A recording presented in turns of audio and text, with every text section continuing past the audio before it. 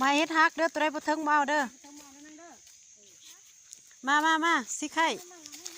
อยู่ไสละแดกแด่เห็นอยู่บ่เอ้าโอ้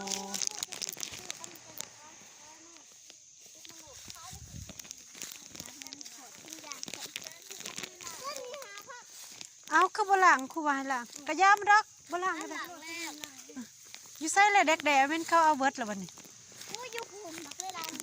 อยู่ไสไปติไปเอาพุ่นน่ะมองคนหลายๆพุ่นไปอยู่แถวนี้บ่เห็นนี่แดกแด่นี่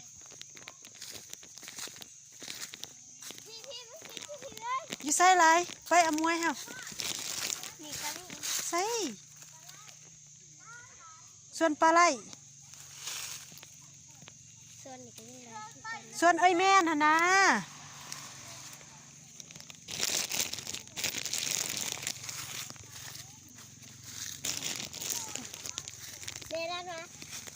ไป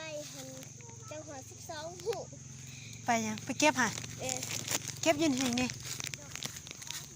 ได้ร้ายบ่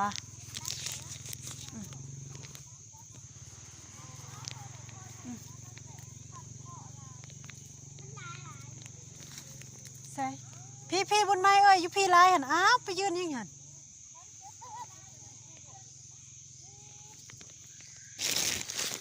ป้าเด็กๆลายแห้งพี่น้องเอ้ยจงไว้เด้อจงไว้เด้อโอ้ยคนละว่ากงร้อนย่ำทางเนาะเอ้ยย่ำเด็กๆพุ่นนะปะแต่ง่ายพุ่นนะลายนะใส่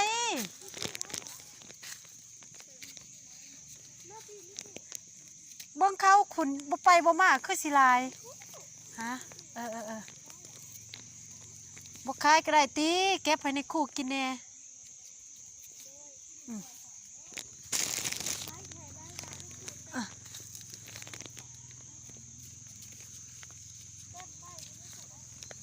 เก็บ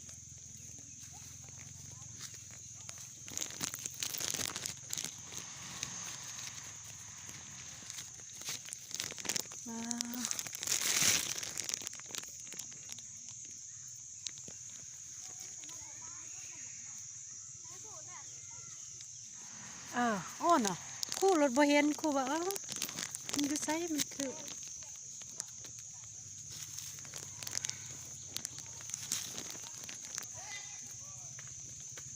โอ้บไรดอกตอนแรกนี่จะน้อยว่าออกลินอะไรไปเก็บอันนี้ให้คู่เด้อ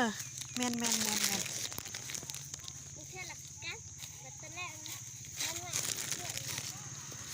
ันจะมากก่อนเก็บ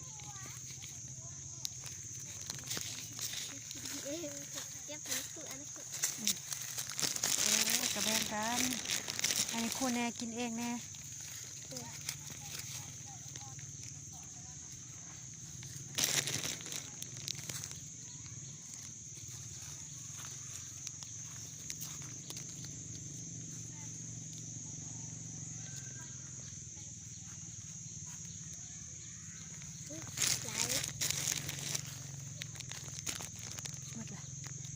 เป็ดจังไงเนาะ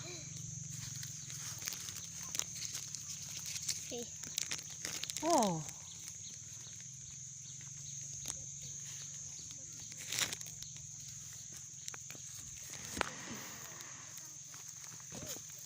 สีไข่กินมดแล้วบ่แม่จะว่าได้เต็มกระสาม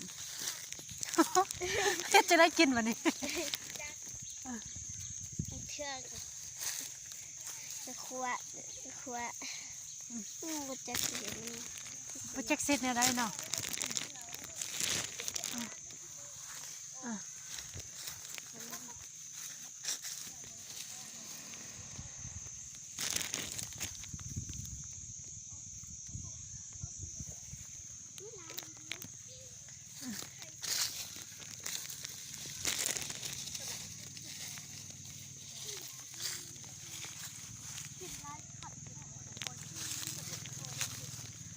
ผู้ใดคันคอแล้วบ่ต้องกินเด้อมันแผลเด้อบ่กินโลด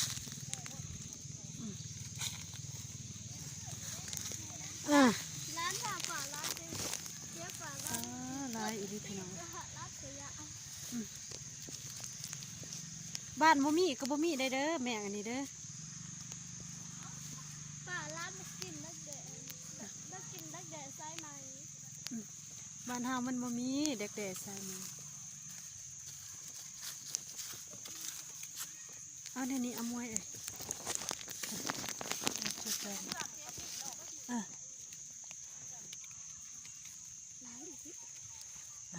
เฮียเลย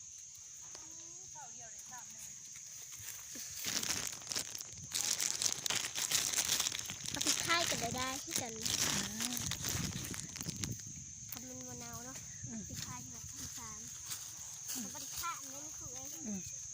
ผลเขา เจ้าก็ครัวก่อนเอ้ย เป็นจังหวะนี้นะเพราะว่าในร้านเสือหมาเสร็จ ไปขายอยู่ไส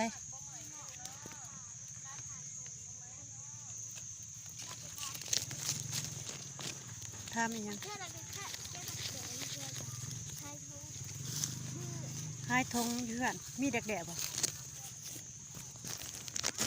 เราเตะเอง อาจจะว่าหายทงแล้วก็เก็บเด็กแด่เลย เก็บกิน อ๋อ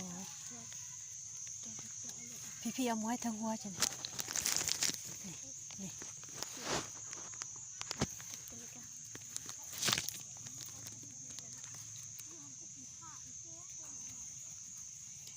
เวลาวาง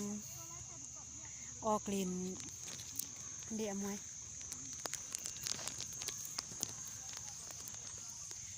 มีบางส่วนกับบ่มีพี่น้องบางปีกับมีเนาะบางปีกับบ่มีปีกายนี่มีบ่ปีกายบ่มีตีเด็กแด่ นี่ มีบ่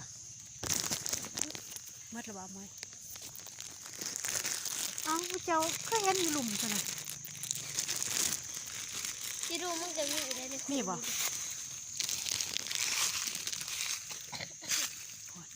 ท่านบอกได้อย่างบอกตัวคือหัว บงมันมัดเลยนะนี่มืออื่นมาหื้อนี่ก็มัดไปจ้ะ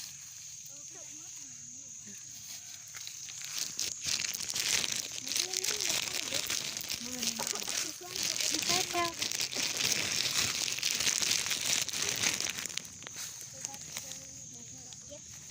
คณะอยู่หันเขาคือเก็บเอาไปบ่มาหันพวดอยู่หลุม ได้ยีดีได้อยู่หัว เอาไปเอาไปเบิ่งไปไป ท่านพาไปเก็บหน่อย ไปหยาดเอาน้ำเขาฝน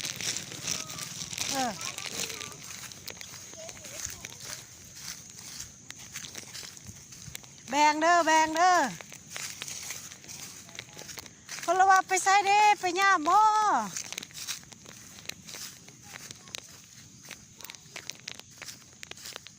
เห็นเขาว่าเก็บเอาไปบ่มาคือสิลายขนาด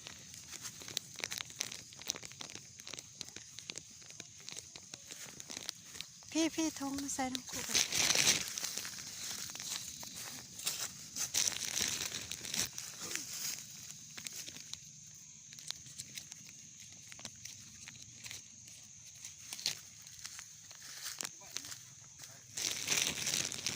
โอ้สิเต็มทงเลยพุ่น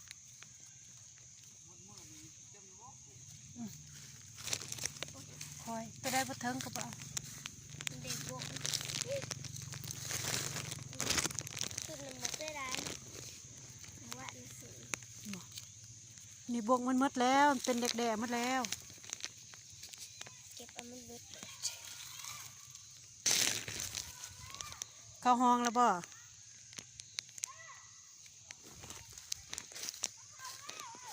ข่าวอะไรเด้อได้ไล่บ่นี่เดบกนี่เฮ้ยพี่ ลายอีกนะ ขนาดหรือว่าผล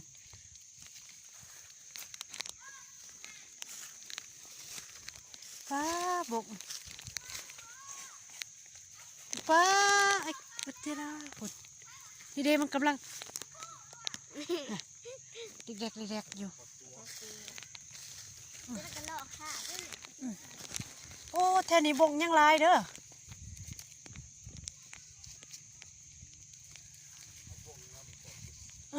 แม่นยังไง บุกเป็นนักเตะ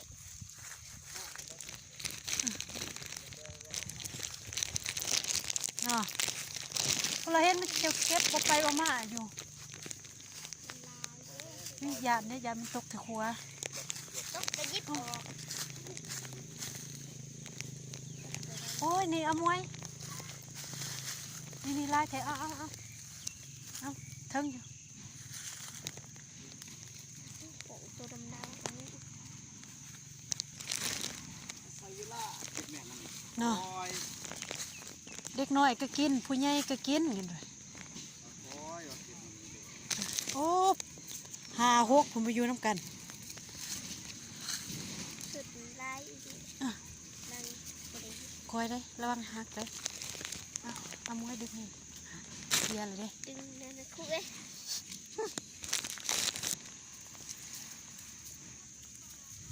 ถ้าเก็บเพิ่งๆนี่ได้เต็มทง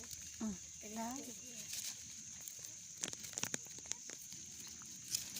โอ้ลายอีหลีเนาะสัมพอดอกเข็นเก็บบ่ไปบ่มาเลยมัดและบ่คอยเด้อบงมันสิตกถือขัวเด้อโอ้โหแห่งลาย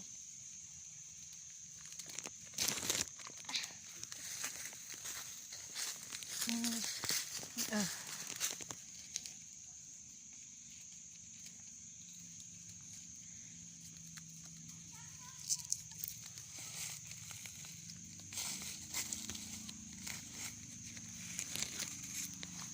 เก็บอะไรเก็บแมงแดกแด้โอ้ตอนนี้ฮะก็กำลังสิเป็นโอ้ยยังลายมืออยู่หรอกเนาะดิ นะเฮ้ย อ่ะ นางยอมพูดนี่เต็ม อ่ะ เดือดปีนะเอง นางปรีนางหื้อยมอันนอฮะก็หลอกขาบพี่น้องอันนะก็ฮะ ตัวไปดูหล่าดอกตัวขนาดนี้ล่อเวลาคน ตาระหนึ่ง เนี่ยไปก็เรียกคนละฝาก อ่ะ บอก มีแต่บุกโม่หื้อยบ่น่ะ เยอะ มันน้อยอ่ะก้อมไปปองมันดื่นจ้ะ เลยอ่ะ ป้ามันนี่เนาะ อุ้ย เพิ่งนี่นี่ เอาละ เอาผดเอามวย เอาละเอาละ แล้วกองจะสิเก็บ เอาละเอาละ โอ้คัก จะใส่เวลาดนนี่ นี่เฮ้ยเก็บซอยกันเก็บซอยกัน ใกล้ฮัดก็ไป เฮ้ย อันน้อยเกิดแต่เด็ก อ่ะ ติดอันน้องเลยก็โดนล่อ นี่เฮ้ย อันในสภาพนี่สภาพเลยเขากินเลย ยังไง เอาก็กินเอาบ้งแล้วก็เกิดเด็กแด่แต่เฮาบ่กินบ้งกินเด็กแด่ตลกเลยนั่นเด้ดอหลอกขาบก็ฮะนี่นะเอามานี่ถ้าเบิ่งมื้ออื่นนี่เด็กแด่หมดแต่บ้งเฮาบ่กินแทนที่เฮาเก็บบ้งไปครัวอันแล้วดี นี่ แล้วกันคือบัดรักแร่เบิดบุกตัวมันยาก เดี๋ยวไอ้บ่ประดานน่ะเขานี่เขาว่าโอ้ยเขากินบ้งเฮาบ่กินบ้งกินแต่เด็กแด่ กระโปงอะไร กระบ้งนี่แหละโอ้ขนาดเลยดิเป็นทรายดิ สายเลือด นี่คือกำลังหลอกขาบ เราขาไปเลยเฮ้ยดิ เนี่ยมันอ่อน ยี่ดิ นี่ก็อ่อน อันนี้แกเยอะนี่ เออ ไม่ยินนั่งเลยเนาะเก็บพอ รับสาบ หลายคนหลายอีหลีเด้ออยู่พี่เด้อ มีแต่แนมเบิ้งเลยมีแต่สิเก็บเลยเก็บยากนะมาเลยเอานี่ แสดงว่าแดกแด่มันเกิดจากแมงบงแมงบงเกิดเป็นแดกแด่ถ้าเราบ่เก็บแล้วแดกแด่ก็เป็นแมงกระเบื่อโอ้ เบื่อ สวัสสุดบัดนี้ สุด ปีหน้าเก็บไหม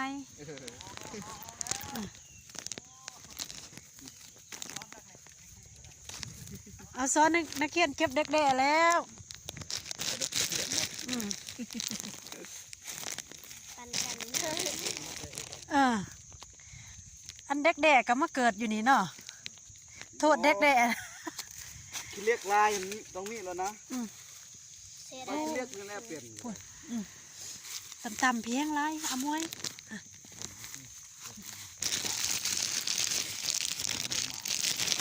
นี่ใบปด นะเก็บพวกนี้มากินนะ เนาะขวาบกแล้วเนาะ ขวบวกนี่วาดขวบวกนี่กิน ถ้ามันห่อนเกล็ดนี่ เด้กำลังหลอกอยู่เลย เนาะหลอกขาบดิ นั่นเด้กำลังหลอกอยู่เลย เฮาบ่กินบ่งกินแต่แดกแด่แดกแด่กินบ่ นี่หลอก จีเด็กกำลังดอยเกิดดิโอล่ะถือเลขได้เนี่ยนี่ เด้กำลังหลอก เห็นเลยจ้าเนี่ยเลยทับอะไรหัวมันเป็นแดกแด่แล้วแต่ตัวยังเป็นบ่ง มันกำลังหลอกเลย อีบ่กินเนี่ยนะเนาะ เดี๋ยวที่กินพวกนี้ พี่นี่ เนาะปลาหลายขนาดนี่นี่นี่โอ้หลายลิบุญไม้เอาเนี่ย เอาเลยโคตรมีตาได้ พี่เด้อพี่เด้อเอ้าเมื่อแล้ววันไหนขุดจ้ะ มันจะคือ ใช่ละคุยืน เก็บไปเห็นเลย บ่ไปเฮาเก็บไปจักหน่อยมื้อ ปลาเยี่ยน คอยลูกคอยลายนี่สิได้ลายอยู่ดอก แม่นแหละ ไม่คู่ได้ไม่ได้ ไปเอามวยเลยได้ลาย การเก็บ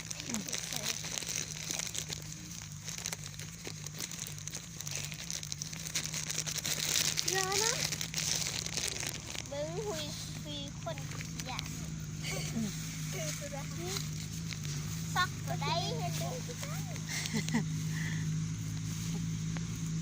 โอ้ยลาย ถ้า ดี กินนั่นหัวอ้ายดูนะปาดไหม แต่ตำๆเขาเอาเนาะมันก็ยังลายอยู่ แต่จริงพออยากกินอ่ะนะแค่โตมันอันยัง นี่นะ ซื้ แอม่นบะตะไปวอยหั่นเด้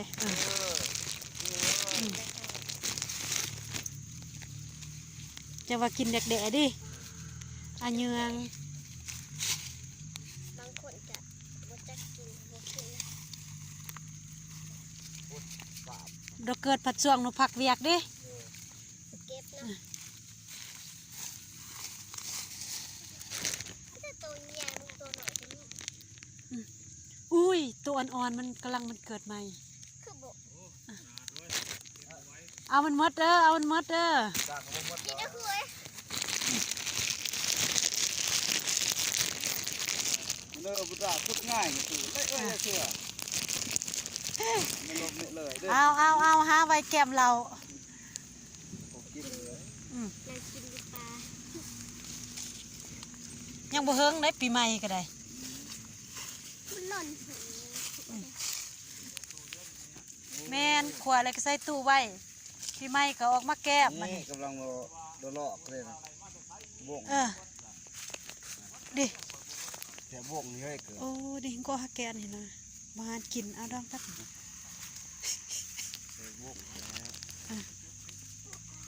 เฮ้ย มันไต่ล้างออกเลยกันไหม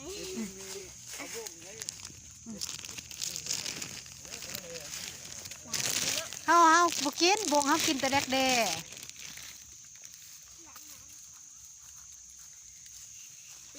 เพื่อมันแพอยู่สวนค่ะ โอ้เอาไปจะปลูกกกขี้เล็กก็ได้ แพอยู่สวน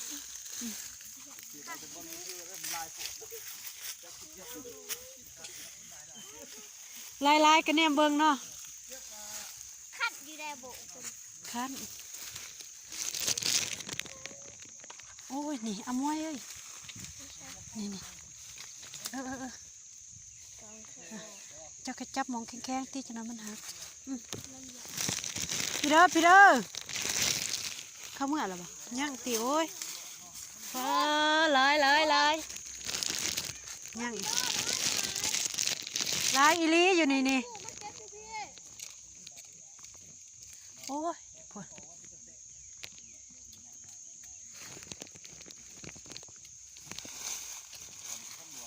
โอ้หลายอีหลีเด้